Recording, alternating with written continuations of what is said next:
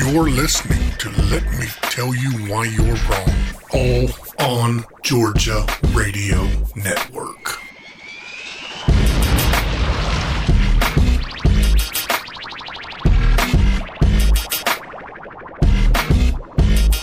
Welcome to episode 66 of the Let Me Tell You Why You're Wrong podcast. I'm Dave Roberts. Hi, Dave. With me is author, blogger, reporter, TV personality, and podcast goddess, Jessica Szilagyi. You forgot Dog Mom, but I'm here. Forgot Dog Mom. It's okay. Maybe next week. Get your list in line. Just keeps getting longer and longer. I know it. How was your week? My week's been good. It's been hot as heck down here, but it's good. How's Awesome. your week been? Busy. Because it's been hot as heck? Because it's been hot as heck, yeah. 14-hour days. You know, you gave Connie a pretty good laugh. She and I are going to be down in your neck of the woods next weekend. And I sent you a note saying, hey, do you want to come out and have a drink with us? And your response was, I can't, but I'd love to meet Connie. For those who don't know, Jessica and I have never breathed the same air. Yeah, I was just about to say, we're on episode 66. You've been here for at least half of them, right? Right. Almost? Yeah, somewhere around there. And I haven't met you, but I was like, I would love to meet Connie. That's pretty much it. And you're not alone.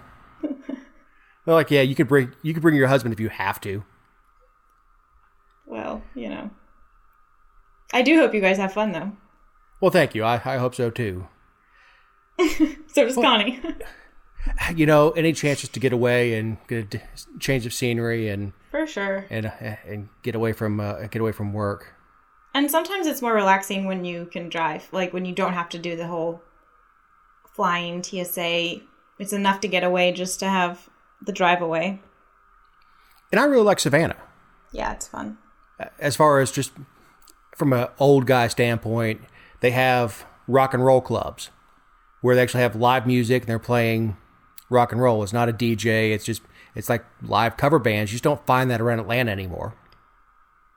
Well, and from a millennial perspective, in the food desert that I live in, Savannah has a Whole Foods. Oh. I know. I will travel for Whole Foods. So sometimes you can take the city out of the girl, or whatever the freaking saying is. I have a little bit of city still left in me. I love my farmer's market. I love shopping local, but there are just some things. Well, yeah. I mean, there's a certain... I have no desire to spend much time in New York, but there's something about being able to get a falafel at 3 o'clock in the morning. Right. And have choices on what you want at 3 o'clock in the morning that you just don't have, you know, where I am and certainly not where you are. Right. Says the fat guy who wants to eat falafel at 3 o'clock in the morning. So, Brooklet strikes again. Oh, Brooklet. If you've been listening for any period of time, Brooklet is the first city I moved into when I moved to South Georgia. It is Mayberry. It is quaint. The people are wonderful. It is safe. It is quiet. It is picturesque. It's wonderful. It's a wonderful place. But they have just had problem after problem after problem, all because of the police department and the local government. And this most recent problem could have been avoided entirely if they would have been more like Mayberry and less like, I won't say it, but... They handled it all wrong, and they brought this problem on themselves. You want to tell them about the problem? Yeah. I got 30-something episodes in. I'm still suck at this. Okay, so the Bee's Knees is a home-based business for Hive Place. Sober. I'm sober, I swear. Hive placement located inside the city limits of Brooklet. Owned by the Dinello family, and we're going to talk to them later. The beehives have been pollinating the area, and they've been operating for 3 years. Yes, they have. And in the past, when the city of Brooklet does mosquito spraying, it has been a case where the city just does not spray the area with bees. they gotta notice that there was going to be some spraying, and that's where things went wrong. They asked to be skipped on the spraying, and they were getting their neighbors together apparently, and the city sent them a cease and desist letter. And if you've been following Jessica and All on Georgia, things escalated from there to the point where Brooklet sent out emails, or I guess the mayor sent out emails, or their lawyer sent out emails to city council members telling them not to engage with the Dinello family because they were going to engage an attorney. They started playing CYA and playing CYA fast and hard. Instead of just reaching out to them and having a conversation or a sit down or asking them to come to the meeting. And I'll tell you, it doesn't matter what level of government. The cover-up is always worse than the crime. Well, and not to mention, a letter from an attorney is always going to escalate a situation, especially in a small town. I mean, we're going to talk to the Dinellos in just a minute, but, you know, and they talk about how it's important to know your council and your mayor, and they've kind of changed their tune on how they want people to approach government as a whole. But a certified letter from an attorney does not say, hey, we want to talk. Or we want to come to an agreement. That's not how it works. It puts people on the defensive because people assume you have to answer an attorney with an attorney, and they're worried that they're going to, you know, be faced with a lawsuit or fines, or it just puts it's like getting pulled over. It just makes people nervous, and it doesn't help the situation. So yes, I agree. How Brooklet handled it was worse than what Brooklet was actually trying to do. And I think there needs to be an adult in the room sometimes. And I understand, especially with smaller municipalities, the folks running for city council or county commission, they aren't experts on the law. By a damn sight. And we don't expect them to be. We expect them to be good people with the community's best interests at heart. We don't expect them to know the letter of every law. I certainly would hope that mayor starts to review the policies with their city attorney. And to discuss the Brooklet, we have calling in on the All on Georgia hotline, Ed and Hannah Joy Dinello, Brooklet residents and owners of the Bee's Knees. Hey, guys. Hey, how are y'all? Hello. Great. Glad to have you with us. Thanks for having us. So kind of walk us through, and we've covered some of this on the show, but from your point of view, the timeline that came about with the mosquito spraying to the local hearings.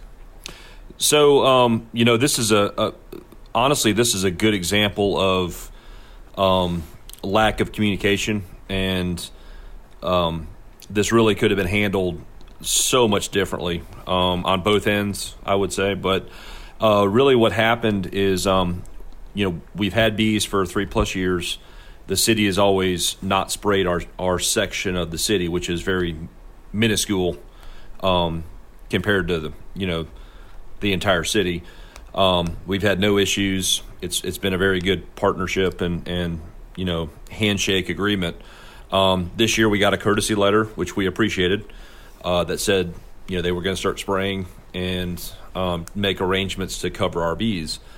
Well, I made a phone call and asked, can we please honor the agreement we've had for 3 years, and was told there's no exceptions, take it up with City Hall, which, okay, fine. And so my wife and I, Hannah Joy, were preparing to go to City Hall and plead our case on the 16th.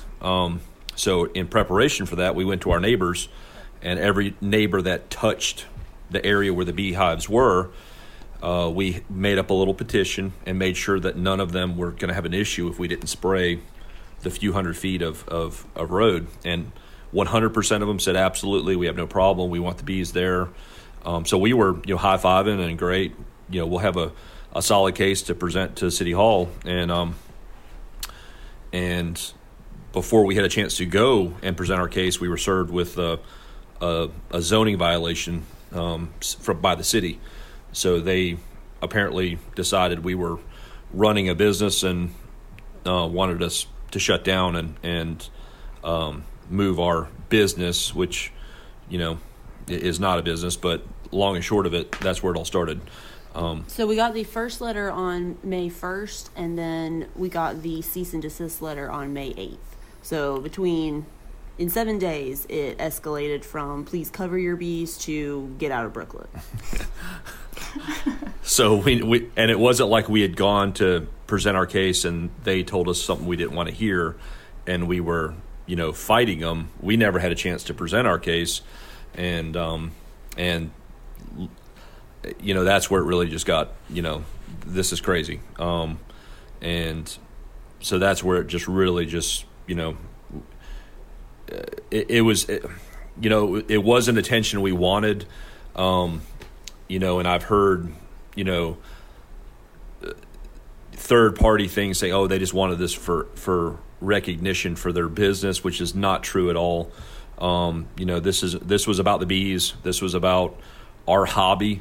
And this was about,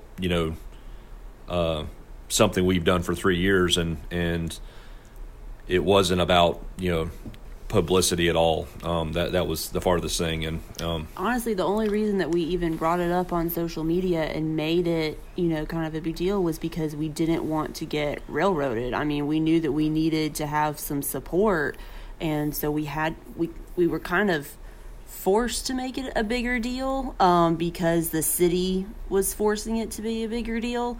So it was absolutely not us trying to have a publicity stunt. It cost us money to have to do, we had to talk to a lawyer. We ended up having to apply for a variance. So it's not like we were doing it for fame and fortune. We reached out to, the social media people because we needed backup for our case. Well, and I think it had to be not just heartwarming, but I guess maybe inspiring that you had so many people from all over the area, line up to support you publicly and at the meeting, not just your neighbors, but beekeepers and just the community as a whole in Southeast Georgia was very much behind you. But even knowing all of that and knowing that you had the majority of the public, if not all of them, on your side, you took an interesting approach at the council meeting and how you delivered your presentation and how you approached them publicly when you had the floor to even embarrass them. I think a lot of people might have taken a different approach. So I wanted to have you elaborate on how and why you came to the table the way that you did, because I think that set the tone for the rest of the discussion in the meeting. So, I thought about it, and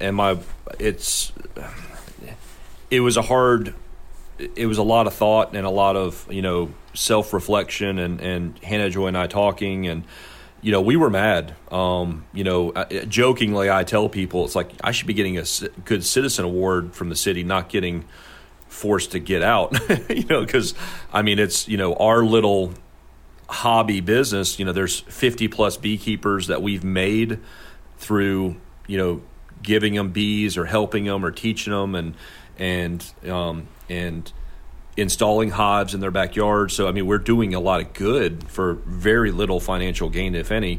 So we were very hurt when we got, when we were hit with that letter from the city attorney. It was like a gut punch, and we were very upset, and I was planning on going in guns blazing, and then I thought about it the night before, and I went to bed like at 8:30 the night before the meeting, and I was just mentally exhausted, and it was bothering me for days, and I woke up around midnight and I typed out my speech on my iPhone. I just was just went to notes and typed up a rough draft speech, and I chose to go with the non-confrontational, because at this point it was, I can see where the city was coming from, because they just probably got, lambasted with a lot of bad press, and but I was looking at it from our side as I didn't want to keep pushing this, and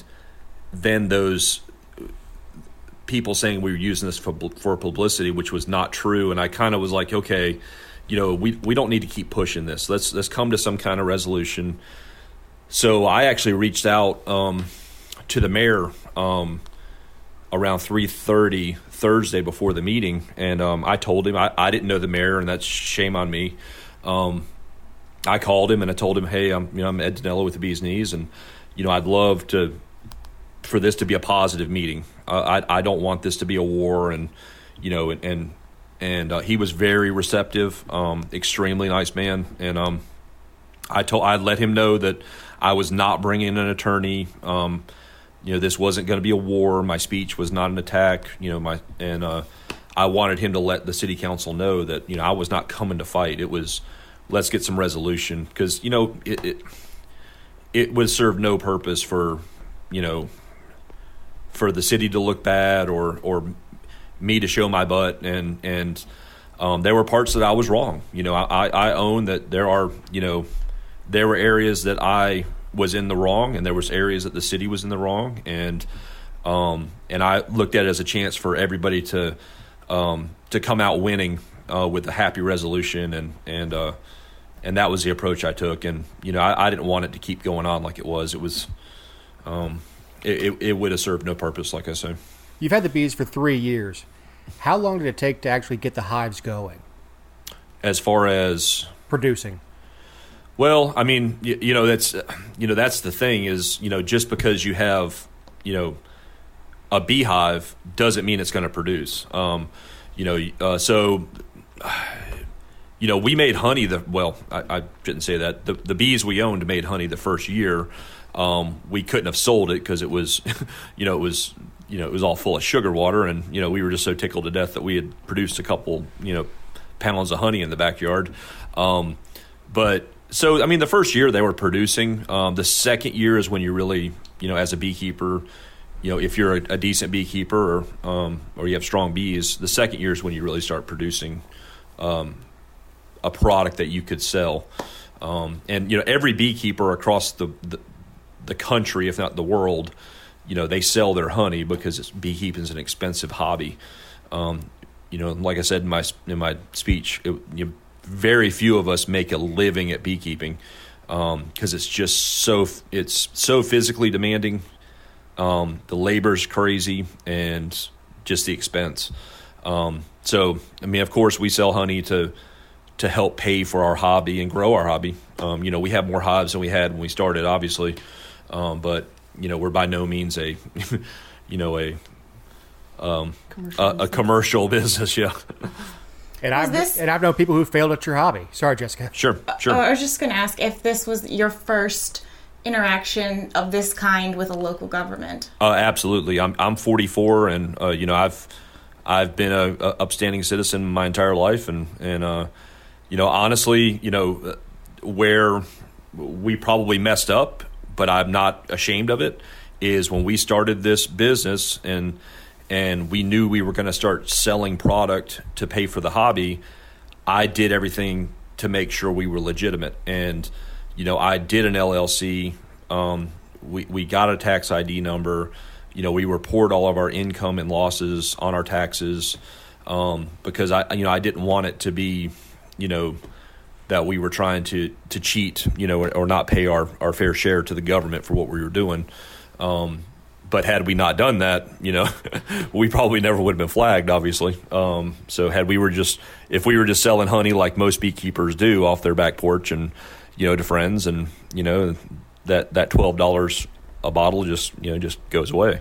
And, that's, there's nothing wrong with that if that's what they choose to do. And, but I knew we would be bigger than a hobbyist beekeeper. And I wanted to do the right thing and set up a small, personal business. Sure.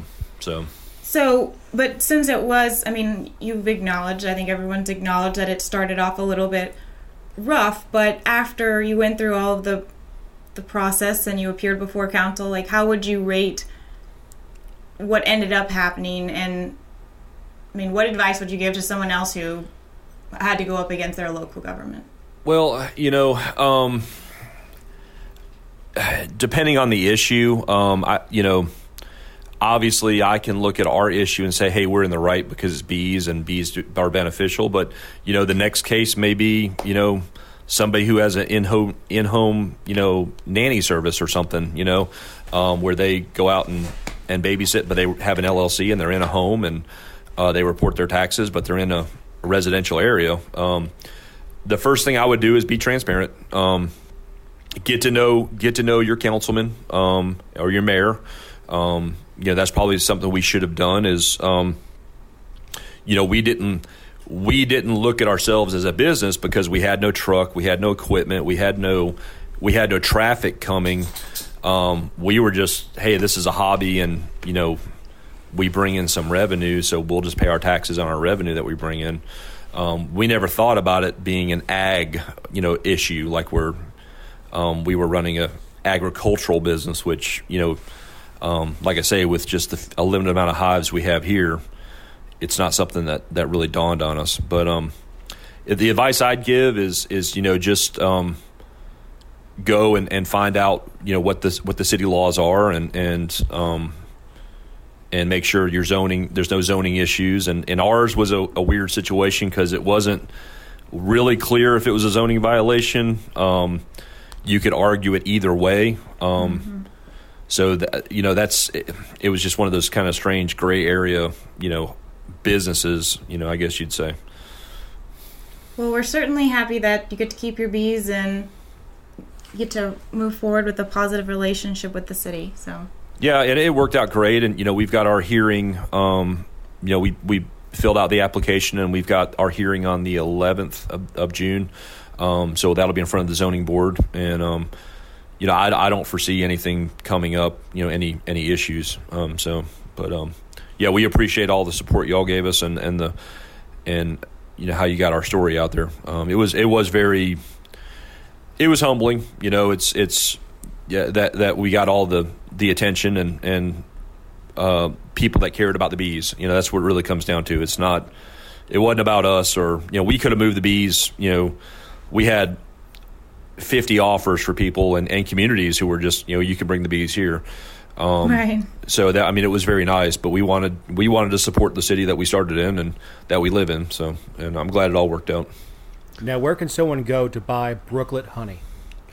So Brooklet honey, our bees knees honey, we have some local stores that it's sold on consignment, and we pride ourselves in only supporting. We try and support local businesses. So there's a couple stores in town that there's a produce stand, Sunrise Produce. They carry it, and then there's actually a tire store down the street, and there. A pharmacy and a hair place are the ones in Brooklet. Yeah, so we've got Southeast Tire and Southeast Pharmacy, and Sunrise and Linda's Salon. And there's places in Statesboro. And there's a few other in Statesboro, but most of our honey sales are through festivals that we do in the fall. And all of that information is on your Facebook page. It's on our webpage. And what we do is, the whole business model for us was all supporting local. So we go into local businesses, we buy our products that we need for the business from as many local businesses as possible. And then all of our consignment shops are all local businesses. So our logic is if we advertise for somebody to go to X store to buy our honey, they're probably not going to just buy that honey. They'll hopefully buy some other products from those stores. Awesome. Well, thank you so much for joining us. All right, thank Absolutely you. for having us. And please let us know if the P&Z meeting does not go your way. We will. We'll just, you can check our Facebook page on the 12th, and you'll know. All right. Thanks, guys. Thank y'all. Thank Bye. you very much. Moving on, Alpharetta hotels that generate too many 911 calls are now subject to fines and could be forced to hire off-duty police officers. Oh, Alpharetta, what are you thinking? That they're better than everybody else. Yeah, that's totally what this is. We don't want that in our town. But they have approved an ordinance, and this has been something that they've been talking about for a long time. They say that all the calls from these certain types of hotels are a drain on the city's police department. They're always going out there. And so they're going to measure the number of calls that come in from each hotel. And then based on the number of rooms that hotel has, and the calls that came in, they'll assess fines. And the fines, you can either pay the fines or depending on your, the number of times you're assessed fines, you could also be required to hire off-duty officers, which make more money than regular on-duty officers and could bring bills of like $90,000 a year. All because some of these hotels, which we're not talking about like the Embassy Suites or the Hampton Inn or the Marriott. It's not what we're talking about. We're talking about extended stay type. Yeah, the no-tell motel. Yeah. A place where you go to do heroin and have an affair. Right. And that's the thing about the calls is, are you going to penalize people who call 911 multiple times in a weekend and get Narcan shots? Well, I'm sorry. I was just going to say, you hit the nail on the head because they're going to include medical calls in these 911. It's not just police calls for disputes or assaults or fights or a fray, it's not what it is. It's all 911 calls. Right. And here's the thing. The stuff they're talking about is already illegal. If you've got someone dealing drugs out of there, you've got someone that's pimping out of one of these hotels, whatever thing that a free person might believe they can do, that's against the law, it's already illegal. So if the police departments are doing their jobs, they're already patrolling these hotels. Like you said, this is not the St. Regis. These are typically hotel doors facing the street that these officers could cruise through anyway. And to hold a innkeeper responsible for what goes on inside a room that he has rented is absurd. It is, and it's just like, why just hotels? Why is it not, there's certainly neighborhoods that have more problems. There's restaurants where fights are more likely to happen. They have Verizon Amphitheater, although I think it was just renamed by someone else. But they have an amphitheater up there during certain concerts. Certain types of people come to town, and they have more problems around town than they do when, Dierks Bentley or Kenny Chesney comes to town. Why are you targeting hotels? I don't understand how that would pass muster. It sounds like the stripper bill to me, but... No, I you're absolutely right. And the first thing I thought of was the bars. Yeah. Particularly with Narcan. The story that I've been told by people who run ambulance trucks, once they find a location where they're using Narcan, all the addicts go there because that's where all the good dope is.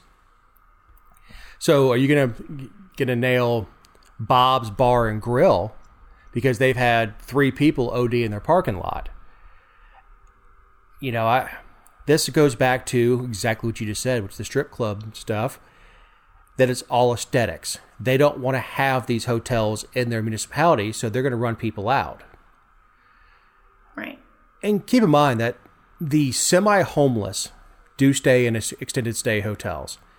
It's a step up from a shelter where you can get a job, you have a phone, you have an address. And that's the biggest hindrance for homeless people getting a job is having an address. You're not staying, you have maid service once a week, whatever it is. But this is a place where families sometimes transition. Totally. And to take someone who may work at a gas station in Alpharetta and tell them, you're just not going to live here. And the Cumming says the same thing. Then Roswell says the same thing. And they're having to drive from south of Sandy Springs all the way up 400 to go to a minimum wage job in order to keep a roof over their kids' heads. God, I hate using this term, class warfare, but that's exactly what it is.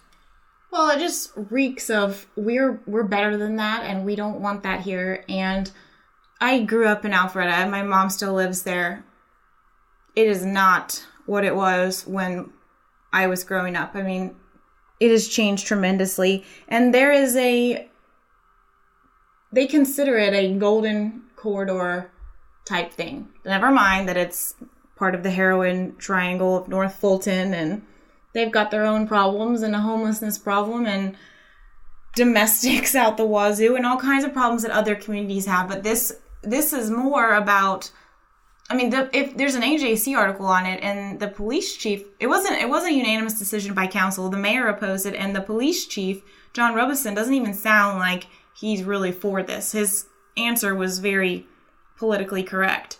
And I think that people are aware that this is more about the facilities than it is about the people in the facilities.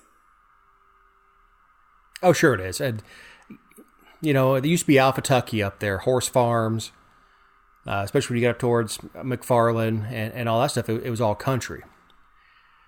And they have decided that they are the northern Buckhead. I call it the concrete jungle. The concrete jungle, yeah. I was actually out, drove through there today. And yeah, it is changing, and they're beautifying it and all that stuff. But these are existing hotels that they're just working a way around. They can't zone them out of existence like Sandy Springs did with the nudie bars. So they're just going to fine them out of existence. They're going to make sure that you can't rent a room for, I don't know, $250 a week or whatever it is. That the cost of business goes up so high that they're eventually they have to close their doors, and they get another conference center out there.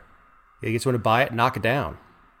Well, what I thought was interesting too is that the approach is revenue based from a fine perspective or from a, you know, an off-duty officer perspective, because these businesses, these hotels, have to get a business license and an occupational tax or license and all these other regulatory licenses from the city annually.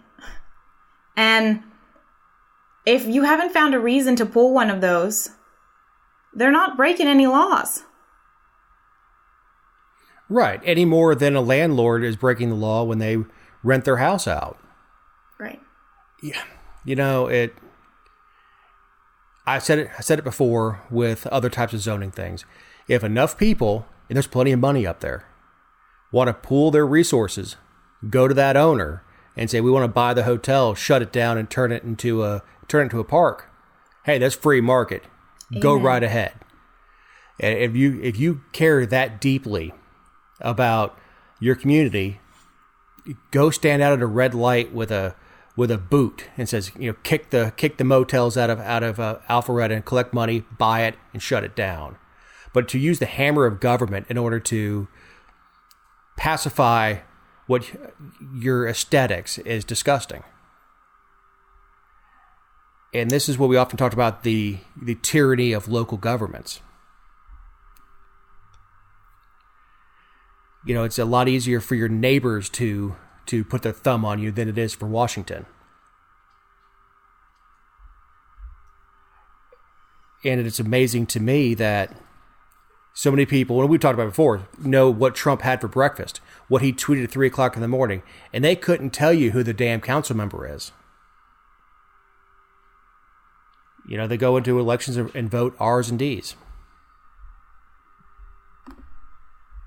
Well, I don't foresee this being challenged, because it's not like this. Again, this isn't like the Hilton line or something with a lot of money behind them. Sometimes these are standalones or they're lower budget or whatever the case may be. But I wonder, especially when it comes from the police side, if this will just be one of those things that takes effect but isn't actually enforced. Because it just doesn't look good. I mean, you have some very conservative and uppity council members who voted no on this, which I think is telling. So maybe it won't. I don't know. One can hope. Yeah, even at a certain point, even the most uppity conservatives got to say, hey, this is a private business. You pump the brakes a little bit before you just punish private businesses for their very existence. Yeah, man, I don't know. The other problem is if they do fight it, the owners of these motels will be less than sympathetic in court, because it's one of those things where a picture tells 1,000 words. They'll show and say, look, this is what it looks like. This is the type of these are the calls that we're getting. Narcan, prostitution, whatever it is, and they're gonna say that they have. I don't know. It'd be a tough uphill fight for them. And I think you're right. They'll either just pay it, or it'd be easier to sell the property and move on to another place, and that is not as restrictive. Screw the people that work there, the maids, the front office people, everybody else that keeps that place going. Screw it, shut it down. They don't need jobs, right? Not in our town. We don't go for your kind around here. Moving on with the local government extravaganza.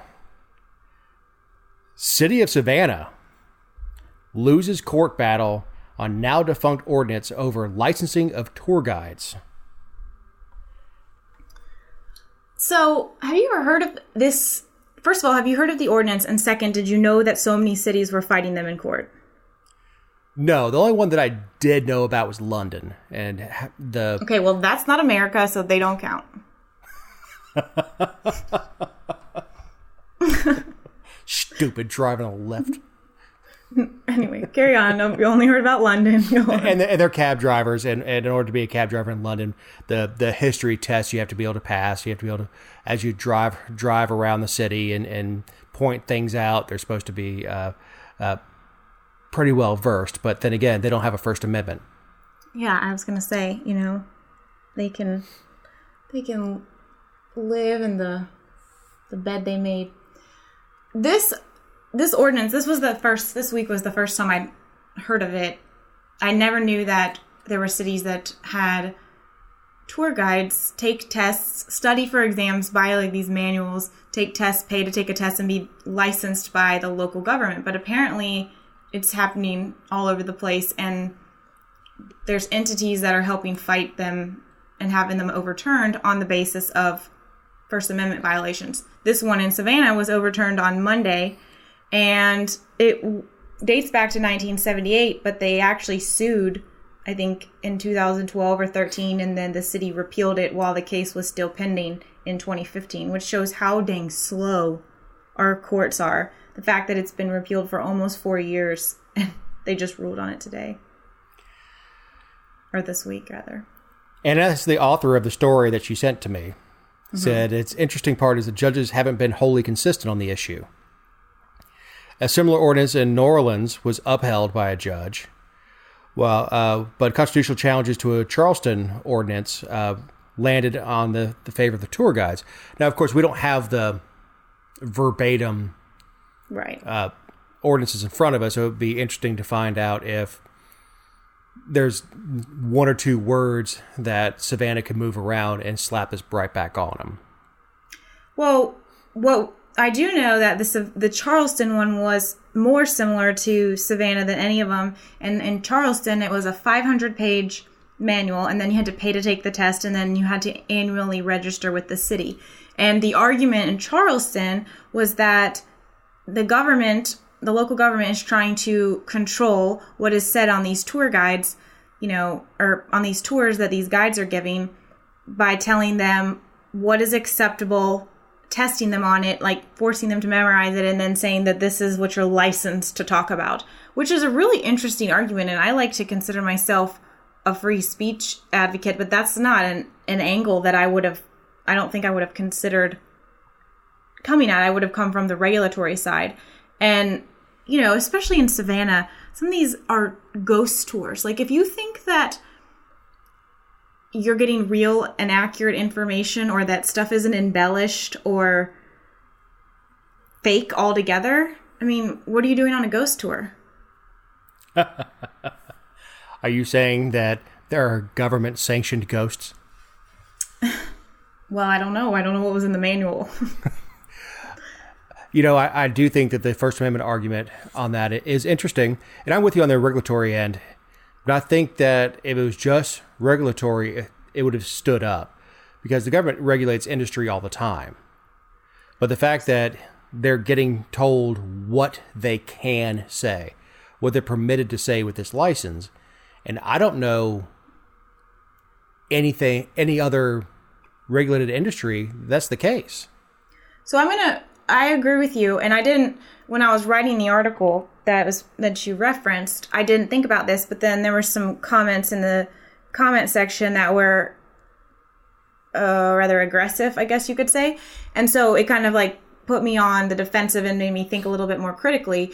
And something that I didn't think about was, they cited teachers and doctors and pilots, of course, trying to appeal to like the public safety aspect. And my argument was, of course, that there's no public safety element of needing to regulate tour guides. But my other argument was that from a professional standards standpoint, local governments don't regulate in that capacity. That's done at the state level. So from the regulatory standpoint, technically, I would argue that the city of Savannah didn't have jurisdiction to regulate that. If you want to have them register or you want to have them have a business license or whatever, that's obviously fine. The courts have upheld that for centuries almost. But to say that they can set a professional licensing standard, I think that's where the water started to get muddy. Right. And even with the public safety stuff, with the pilots, with what I do, I'm in a regulated industry. You're right. That's at the state level. But they still don't tell me what I can say or what I can't say. Now, in the case of doctors, there's laws that say to whom you can say things for patient privacy.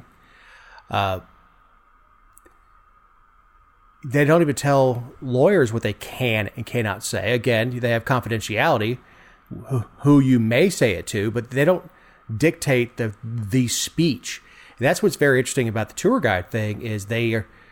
And if I'd done my homework, if I wasn't out bringing cool to the people and actually read the ordinances from the different cities to see how New Orleans is different, and it may be that New Orleans is just that. It requires a license, but does not dictate what they can say. It may dictate where they can operate, but not necessarily what they can say. And that's where the First Amendment, in my opinion, would come into play. In your Kim Kardashian legal opinion? Exactly. Well, there's another aspect of this, too, that hasn't been decided. The judge asked for briefs arguing whether or not, because this was a U.S. District Court, so he was asking for the attorneys on both sides to argue whether or not he had jurisdiction to rule on it. But part of the ordinance that wasn't repealed was that tour guides have to pay $1 per person, or per adult, rather, on their tours to the city to help maintain monuments. So if you give a tour to 100 people and you charge $5 each, $1 of that has to go to the city. And their argument was that no other industry has to pay that kind of tax, and no other tourism related industry, because the whole ordinance was crafted in the name of protecting the tourism industry. So why are they the only tour that has to do that? Hotels do. Sure, but hotels have city specific taxes. They do. But isn't that based on state law? Well, the state has their fee. Right. But the cities can charge whatever they want to. I actually got into this with some folks on one of the Paulding County sites. They were griping about the Savannah taxes going to the convention that happened a while ago. Someone in Paulding County was griping? Oh, God. And she was like I'm such an elitist. Some $80 a night hotel room. She's griping about the tax that go on top of it. And, raising hell. It's like, do you know who doesn't care about our opinion of their taxes? The people of Savannah. Right. Because we don't elect their officials. So yeah, there are city occupancy taxes that go along with that. But I'm with you. There's no city, and maybe I'm wrong. Someone please tell me I'm wrong and interact with us. That would be like a cab driver operating in the city of Atlanta that has to pay a tax of $1 per rider. Right. And also, I mean, you're getting down into the intricacies of it, but the hotel motel tax, those aren't put in place to, quote, protect tourism. That's actually to protect the locals from tourism, like to make sure that infrastructure and all of those things and economic development are what they need to be. So you couldn't even argue that those are the same type of tax based on how at least Savannah's ordinance was written. But I'm guessing that he doesn't know if that should be, or the judge is not that he doesn't know, but he's considering whether that should be decided in federal court or in a county court. But not to get all like legislative on you, but it will be interesting because if the case is dismissed without prejudice because he wants them to take it to a lower court, and this is part of an ordinance and they think it's unconstitutional, sovereign immunity wasn't waived. It can't veto that bill, so you can't challenge this in a state or local court. Ooh. Callback, as they say in this business. You know, that's a very good point. And I'm going to specifically find an unlicensed tour guide while I'm in Savannah so I can save the $1. Yeah, stick it to the man. I will say, though, my mom and I went on a cruise a couple years ago, and we stopped in Turks and Caicos. And, you know, when you get off on a cruise, they're, like, all waiting for you. They work for the cruise lines, or they're connected with them to take you on approved tours. And my mom and I and 4 other people got in a van with this man who was not licensed to give tours, like, through the cruise line. I mean, he had, like, it wasn't like a run-down van. It was a clean van. And he gave us the best dang tour. We saw the entire island, learned all about their local government, like what the cruise ships do to local industry and how tourism has been affected and corruption. And I mean, it was fascinating. And it was like a third of the price. We didn't pay any taxes. And the guy took us to all these places that were, now I don't recommend just getting in a van with someone if you're alone. I don't want to condone that. We were with, it was going to be, you know, 6 against 1 if anything went south. But, yeah. Local government doesn't need to sanction that. Of course, that was in the United States. So, cab drivers will give you the best exchange rate anywhere in the world, and they can get you anything you want. True. They have connections for anything that you want. I mean, if you want a snow cone or something like that, they know exactly where to go to get it for you. Very true. But yeah, that's I saw that story. I saw that story when he sent it out. I was like, man, that's a kind of authoritative there to want a cut of a poor tour guide, somebody who makes their living walking people around the city over and over and over again. And like, yeah, we're going to need a piece of that. So we're not going to rehash the bill. However, we don't want to talk about some of the local officials reacting to the heartbeat bill recently signed here in Georgia. The city of Atlanta passes a measure opposing the heartbeat bill 13-0. Which is astounding all on its own. Yeah, I mean, unanimous is a, even in, I mean, a city the size of Atlanta, for 13 people to sign on to something, not one dissension is something. So, and we're not rehashing the bill, but I've been pretty vocal about that I have not supported the bill for a number of reasons. But I don't think that, you know, this whole episode has been about local governments, and I'm waiting for Dave to use his infamous phrase here, and I'm hoping I can tee it up for him to say it. But if I were on the Atlanta City Council, even though I oppose the bill, I wouldn't vote in favor of it because it's meaningless and nobody cares what me as a city council member thinks. And government should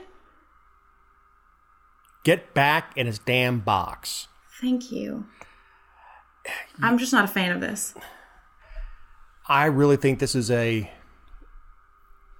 besides pandering, this is a beg to Hollywood and other places to, hey, we're good Georgians. You know, we're not with those country folks over there. You still come to Atlanta. Fly into Hartsfield. I mean, come spend your money in city of Atlanta, even if you don't go out to those places like Brooklet and Dallas and Statesboro, where all the Bible beaters are, but we're the good Georgians. You can keep coming and flying to us. Yeah, I felt like it was a lame attempt to try to be relevant to something that is dominating our headlines anyway. I mean, it is just incessant. Like, again, I'm not a fan of the bill, but we've got, every day I wake up and my news feed is inundated with news outlets using whatever story or whatever thing going on the state level politically or whatever the case may be to continue on with this narrative. And I feel like Atlanta City Council just fell right into that trap of it. And then in the article where I think it was from The Hill, one of the council members, I think it's Councilman Faroki, he said that they're just joining the chorus of Georgians speaking out for a woman's right to choose. And then he goes on to say that every woman has a right to choose. It's not a decision that the government or frankly men have any business interfering with. No woman should live in fear of prison time or the death penalty for making a decision regarding her health. Okay, first of all, council member, with all due respect, I don't like the bill, but that's not what it does. This is just like this. It's like the Trump effect. I didn't vote for him. I didn't like him, but I'm constantly defending him because people are lying to make their case. Like, this is the same thing. It doesn't put women in jail. It doesn't allow women to be prosecuted. That's not going to happen. If that's why you supported this resolution, then you're just stupid. No, you can't be a hero unless you create a villain. So he's able to go back to his constituents and say, I am the guardian of women's rights against the evil state. Oh, and don't you know it? These local officials are going to have that on their campaign platform for the next go-around, which is even more asinine. Right, and we're gonna take this law. It's gonna be a political football on both sides. And that's never makes for great legislation. To your point that you made a couple episodes ago, they all run together now.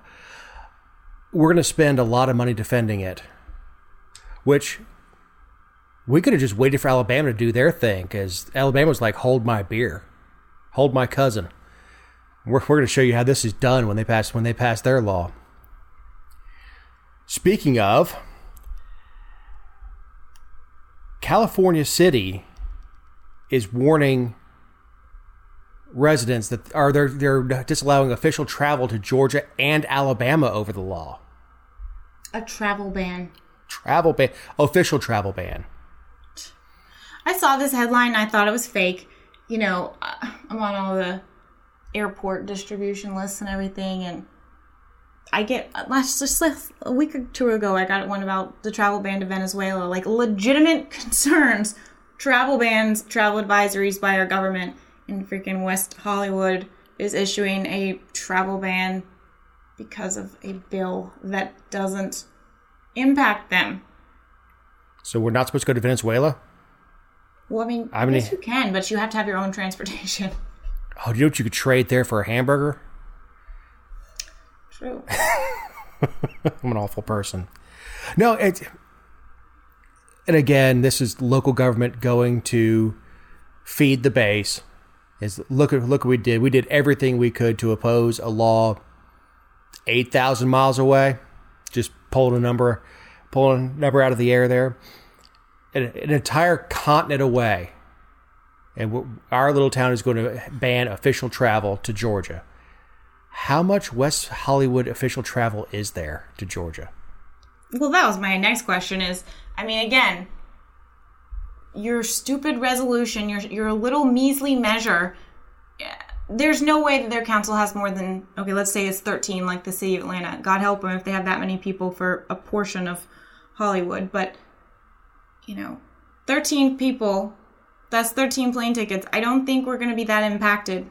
We're going to make it. So can they not fly Delta if it connects to Atlanta going to Miami? Or is it okay as long as they don't buy a sandwich at Hartsfield? I don't know. I guess maybe we should ask them if they want to come on the show. I don't think we'll have as good a luck with with West Hollywood as we did with the B folks. But it's just all of, like, the whole narrative around all of it. I mean, we kind of I obviously touched on it about what the bill doesn't do, but all these district attorneys coming out feeling like they have to make a statement saying, we're not going to prosecute women.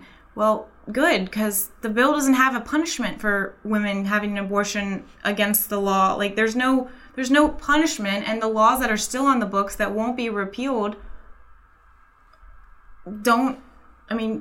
these local elected officials, I don't understand why they're interjecting themselves in the conversation. If I were elected and I didn't have to have the abortion conversation, I wouldn't have it. That's how volatile it is right now. You don't win from having these conversations. What did your buddy Unterman say about that? That dumbass. She posted on...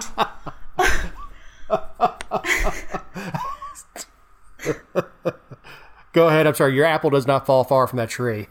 Okay. You dumbass. So, okay, Republicans all around the state have been hammering, like, we're not trying to put women in jail. We're not trying to put women in prison. This is not a crime for women. The legality of it is on the side of the provider, the doctor, blah, blah, blah. Regardless of what your beliefs are about it, like, their argument is that we made this bill to make what doctors do illegal. Women will not be impacted. Eric Erickson's put out articles about it. They've been asking anyone who has a platform, like, if you can tell people that this is not what the bill does, please do. Renee Unterman gets on Twitter and calls out these district attorneys who are saying they won't prosecute women, and saying that there's a call to action, and that if there was ever a red wave, this is it, and people need to stand up because they're refusing to enforce the law. First of all, she was the co-sponsor of the bill in the Senate. Ed Sessler was in the House. She was in the Senate. Ed's over here saying the bill doesn't do this to women, and Renee's like, oh my God, they're not going to prosecute under the law. Let's rise up and defeat them. What are you doing? Yeah, the statement by the district's attorney was stupid and pointless. What they should have said was, as we understand the law, there'd be no cause for us to prosecute. Instead of course, they're elected officials too. For them to get their little 2 cents in, little jab in, and say, we obviously won't prosecute. And to your point, you're like, well, no shit. The law doesn't. There'd be no reason to prosecute. And then Renee Unterman is like, hold my sweet tea. Let me show you how this is done, and then just decided just to step all over her weenie in the press. Good Lord. Like, could she just go over to the other side, because we'd be better off without her? It's like I said on Twitter when she did that. I was like, it's truly an art that this woman can speak and make and hurt both sides of a cause with one single statement. Like, she's hurting those who oppose the bill, and she's hurting those who back the bill with her one statement, because she's uninformed and emotional and other things, that these opinions are our opinions and not necessarily those of all on Georgia. Good one. I believe we call that the universal facepalm. Mm-hmm. Like, everybody is walking away. I heard an interview with Michael Malice, who was on something, and he was interviewing neo-Nazis. He says, what about these guys? And this neo-Nazi says, there are bad guys in all groups, including ours. So even the worst people in the world are like, no, we're not like that guy. So right. Yeah. So I'm so happy about this one. So happy. Local government worth watching. A heated argument between elected officials in the city of Commerce led to punches thrown between Commerce councilman Leonard Mendoza, knocked to the ground. And this is in California too, as I recall. Yes, I love this. I mean, all the local government meetings I go to, I have so many where the panel is a bunch of old white men. And when I say old white men, I mean 70 and older, who just sit there like bumps on a log, and you don't know that when they groan, you don't know if they're voting yay or if they're just trying to scoot their chair forward. Like, they don't say anything. There's no discussion. They need a mirror on their nose to make sure that they're still with us. And meanwhile, these two are one. The guy said that he doesn't remember how it happened. He just remembers waking up in the hospital. Like, yeah, he took a stand for something. I can appreciate that. Yeah, I mean, look, we had members of the House beat each other with a cane before the Civil War. I mean, yeah, I want someone to be passionate enough to throw a punch. I also would want my councilman to be able to take at least one punch without going to sleep and waking up on the way to the hospital. Good Lord. What a glass jaw Joe. Guy wakes up going to the hospital, and I'm questioning his manhood. Well, supposedly he started it too, which is even funnier. The one that ended up in the hospital is the one that allegedly started it. Yeah, Mendoza was the aggressor, according, of course, to the other guy's attorney. It's just great. I mean, everybody hates Jerry Springer, but everybody would secretly watch a little bit of it just to see a chair get thrown. Yeah, this is great. Yes, this is great. Yeah, I want elected officials going across the river and squaring off with smoothbore pistols and shooting at each other. I mean, that's the sort of commitment to an ideal that I want to see. Preach. What a great way to end this week's show, honestly. Violence. Well, we had sex and drugs with the hotel band, and now we've got violence. I mean, it's like Game of Thrones in a podcast. Mm-hmm. Hey, next week, programming note, we plan on having Casey Bryant from All on Georgia to discuss all things Chattooga, including the movement from a 4-day school week to a 5-day and what that actually costs. So it's a great time to discuss it as school has ended and we start looking at fiscal year, 2020, or graduating year 2020 coming up. Jessica, what about your closing thoughts? I just want to remind everyone who's made it this far to follow us and engage with us on social media.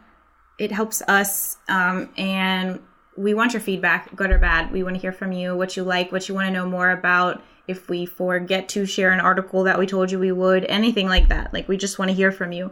So just make sure you're following us on social media and let us know you're there every now and again. And we're starting to release some little tidbits. There's one that came out last week that Eric put together. It was just a clip out of the show that's just fun thing to share around and kind of, as far as, for our point of view is get our name out there. But plus it's a pretty good laugh.